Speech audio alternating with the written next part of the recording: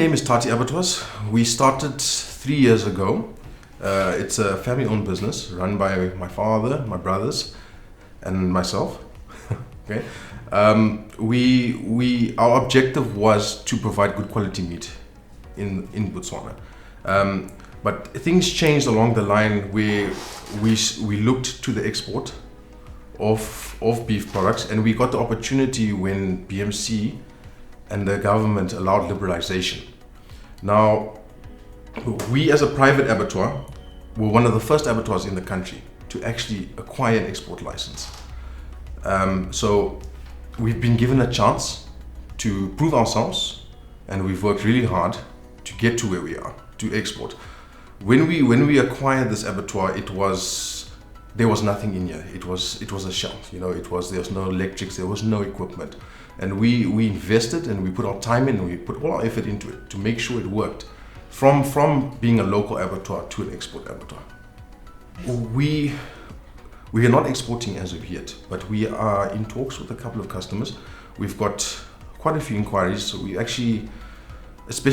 have quite a few inquiries. We're in talks with the customers right now. They're very interested in our beef. Botswana beef across the world is known as the best beef in the world because of the way our animals are handled.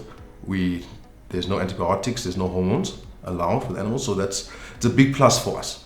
In today's world, everybody is looking for a healthier option, and Botswana provides that. We've got markets. We're looking at the regional market right now. We're not looking overseas, we're looking at regional African countries. We're looking at South Africa, we're looking at Zimbabwe, we're looking at Zambia and DRC right now.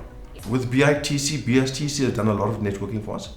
They've got us involved with a couple of clients also in regional markets that are interested for us. So they are helping us, they are pushing, and they're getting our name out there. We have a staff complement of 42 mixed ladies and men. From Francistown? Yes, from Francistown. I will advise anybody looking to get into the abattoir industry it's a lot of work, it's a lot of time, a lot of dedication, and a lot of capital. It's very capital intensive.